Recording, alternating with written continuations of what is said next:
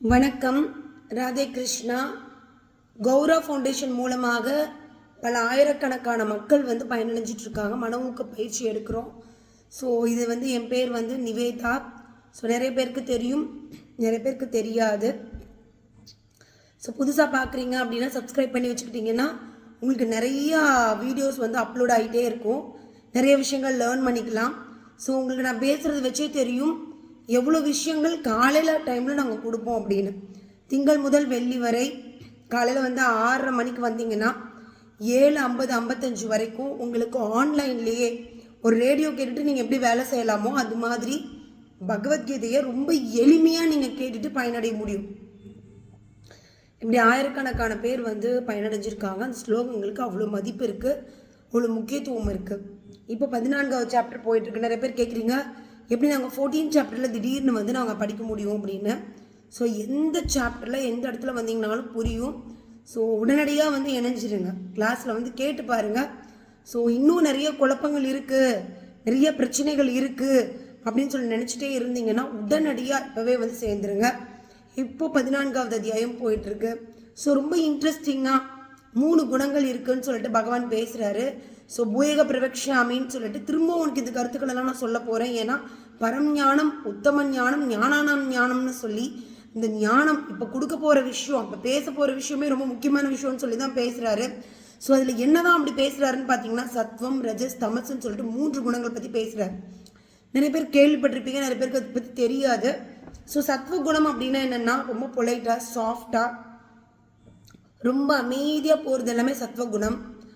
ரஜஸ் அப்படின்னா என்னென்னா ரொம்ப ஆக்டிவாக இருக்கிறது, ரொம்ப ஹைப்பராக எல்லாம் செயல்பட்டுக்கிட்டே இருக்கிறதுக்கு நீங்கள் ரஜோகுணம்னு சொல்வீங்க.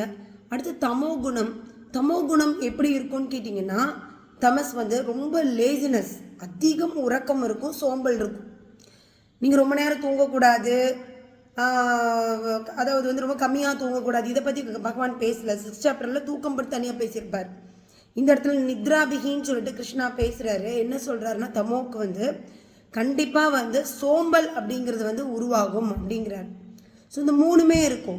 ஸோ இதுக்கு கிருஷ்ணா ஒன்றுக்கு டெஃபினிஷன் கொடுப்பார். சத்வம் இஸ் ஈக்குவல் டு என்ன போட்டிங்கன்னா அவர் சொல்லுவார், அது பார்த்திங்கன்னா நிர்மலத்வா, பிரகாசகம், அனாமயம் அப்படிங்கிற வேர்ட்ஸ் குறிப்பிட்டிருப்பார். வெளிச்சம் போட்டு காமிக்கும், உனக்கு என்ன இருக்கோ அது அப்படியே பளிச்சுன்னு காமிக்கும்.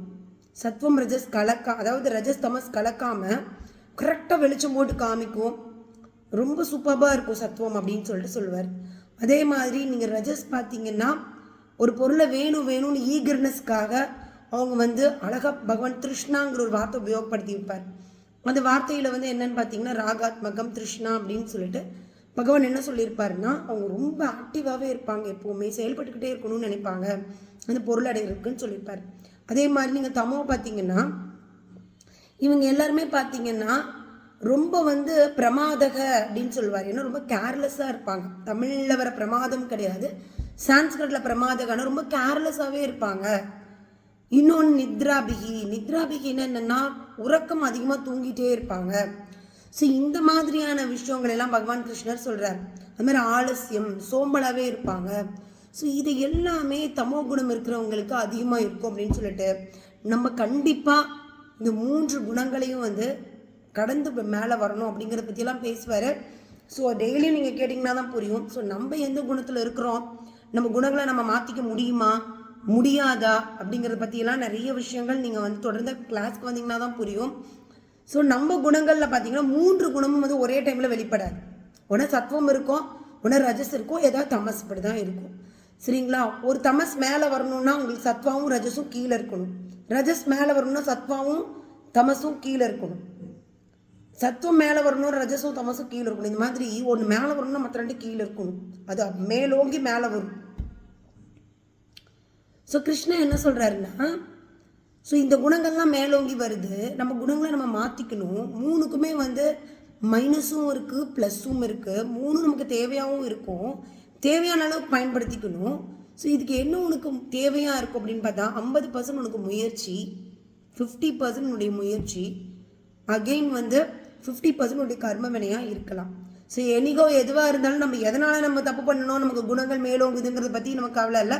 பட் திருத்திக்கிறதுக்கு தான் நம்ம முயற்சி பண்ணணும். ஒரு வீட்டில் 3 குழந்தைங்க இருந்ததுன்னா ஒரு குழந்தை நல்லா படிக்கும், ஒரு குழந்தை நல்லாவே படிக்காது, ஒரு குழந்தை சுறுசுறுப்பாக இருக்கும், ஒரு குழந்தை சோம்பலாக இருக்கும், ஒரு தடவை இதுவே நமக்கு வந்து பார்த்தா நம்ம கண்டுபிடிக்க முடியாது.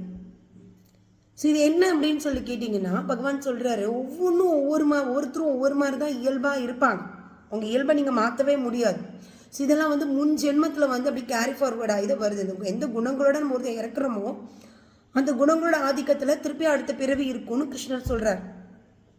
ஆனால் இந்த குணங்கள் அப்படிங்கிறத நம்ம மாற்றியே ஆகணும். இன்றைக்கு வந்து நம்மளுடைய வேலை என்னென்னா, நம்ம யோசிக்க ஆரம்பிக்கணும். நம்ம எந்த குணம் நமக்கு மேலோங்கிட்டு இருக்கு. எக்ஸாம்பிளுக்கு ஞாயிற்றுக்கிழமைக்கு ஒரு 9 மணி ஒரு 9:30 to ஒரு 10ன்னு வச்சுக்கோங்களேன். அந்த டைமில் நீங்கள் என்ன பண்ண போகிறீங்க? என்ன பிரேக்ஃபாஸ்ட் சாப்பிட போகிறீங்க? ஃபுல்லாக நான் வெஜிடேரியன் சாப்பிட போகிறீங்களா, இல்லை ஒரு 10-15 வடை எல்லாம் சாப்பிட்டு போய் படுக்க போகிறீங்களா? ஸோ இந்த மாதிரியான உணவுகள் உங்களுக்கு தமசை உண்டு பண்ணும். So you have to decide. அந்த டைம் வந்து காலையில் என்ன ஃபுட் எடுக்கலாங்கிறது உங்கள் கையில் இருக்குது. ஸோ இது கர்ம வினையில் வராது, நீங்கள் எடுக்கக்கூடிய விஷயம்தான். ஸோ நீங்கள் வந்து அந்த மாதிரி உணவு நிறைய மந்தம் சாப்பிட்டீங்கன்னா மந்த உணர்வை ஏற்படுது. அந்த வடையெல்லாம் ஜீரணமானதுக்கு பிறகு உங்களுக்கு அகெயின் சத்வா வந்து உங்களுக்கு வரலாம். நீங்கள் ஏதோ ஒன்று டிசைட் பண்ணலாம். ஸோ இந்த டிசைடிங் அத்தாரிட்டி அப்படிங்கிறது வந்து நம்ம கையில் தான் இருக்குது. ஏற்கனவே கிருஷ்ணா சொல்லியிருக்காரு, டிசைடிங் அத்தாரிட்டி நம்ம தான். எனிகோ ஒரு தப்பு நடக்குதுன்னா இறைவன் தான் வந்து எனக்கு இந்த தப்பை உருவாக்குனாரு நம்ம சொல்ல முடியாது. கிருஷ்ணர் சொல்கிறாரு, தப்பை நான் எப்படி உருவாக்க முடியும்? நீ எந்த குணத்தில் இருக்கிறியோ அதுதான். நான் பரிபூர்ணமாக சரணாகதி பண்ணிட்டேன், இனிமேல் எனக்கு இறைவன் தான் எனக்கு எல்லாமே, இறைவன் தான் எனக்கு இந்த மாதிரி பண்ண வச்சுட்டாரு அப்படின்னு சொல்லிட்டு பல பேர் நினைக்கலாம். நோ, உங்களுக்கு ஒரு சுதந்திரம் கொடுத்துருக்குறாரு. இந்த ஃப்ரீவில் படி நீங்கள் நடந்துக்கணும். எப்படி நடந்துக்கலாம், இந்த குணங்களை எப்படி கண்ட்ரோல் பண்ணலாங்கிறதுலாம் கிளாஸில் சொல்லித்தரேன். ஸோ யூடியூப்பில் ஓரளவுக்கு நீங்கள் கற்றுக்க முடியும், லேர்ன் பண்ணிக்க முடியும். நிறைய லேர்ன் பண்ணிக்கணும். மன அழுத்தத்துலேருந்து வெளியில் வரணும்னா கீழே கொடுக்குற லிங்கில் இருக்கக்கூடிய ஃபோன் நம்பர்ஸை காண்டாக்ட் பண்ணுங்கள். மன அழுத்தம் ரொம்ப இருக்குது, ரொம்ப குழப்பத்திலே இருக்கீங்க, ரொம்ப பிரச்சனை ரொம்ப ஜாஸ்தியாக இருக்குன்னா கீழே இருக்கக்கூடிய அந்த நம்பர்ஸை காண்டாக்ட் பண்ணுங்கள். அவங்க உங்களுக்கு கைட் பண்ணுவாங்க, என்ன பண்ணலாம் அப்படிங்கிறத சொல்லுவாங்க. ஏன்னா 5ல் சராசரியாக ஒருத்தருக்கு வந்து மன அழுத்தம் மனநோய் அப்படிங்கிறது இருக்குதுன்னு சொல்லிட்டு இருக்கிறாங்க. நம்ம வீட்டில் இருக்கிறவங்க கூட யாருக்கா கூட இருக்கலாம். ஒருத்தருக்கு அவங்களுக்கே மனசில் பிரச்சனை இருக்குதுங்கிறது தெரியாமல் கூட அவங்க வந்து அது வளரலாம். ஒரு 15 வயசில் ஒரு மன அழுத்தம் உருவாச்சு அப்படின்னா அது 25 வயசில் தான் அந்த முத்தி வெளியில் காமிக்கும். அது வரைக்கும் தெரியாது. ஸோ நமக்குள்ளே இருக்கக்கூடிய பிரச்சனைகளை நம்ம தான் சரி செஞ்சுக்கணும். நம்ம தான் வந்து நம்மளே டெவலப் பண்ணிக்கணும். அதெல்லாம் உத்தரே ஆத்மானு கிருஷ்ணா சொல்வார். ஸோ இதெல்லாமே வந்து நமக்கு கிளாஸில் அழகாக சொல்லித்தரோம். இந்த குணங்கள் ஒவ்வொன்றும் என்னென்ன இன்டெப்த்தாக படிச்சிங்க அப்படின்னா உங்கள் வாழ்க்கையிலையும் நீங்கள் நிறைய விஷயங்களை ரொம்ப ஈஸியாக அடைய முடியும். எல்லாம் இல்லை பகவானுடைய ஆசீர்வாதங்கள் உங்களுக்கு முழுமையாக இருக்கட்டும். தொடர்ந்து கிளாஸில் அட்டன் பண்ணுங்கள். ஏதாவது டவுட்ஸ் இருந்ததுன்னா கீழே இருக்கக்கூடிய நம்பருக்கு காண்டாக்ட் பண்ணி பேசுங்க. ஸோ இது கௌரவ் ஃபவுண்டேஷன். ஸோ இதுக்கு சப்ஸ்கிரைப் பண்ணிக்கோங்க. நிறைய வீடியோஸ் இதில் நாங்கள் போஸ்ட் பண்ணுறோம். நன்றி.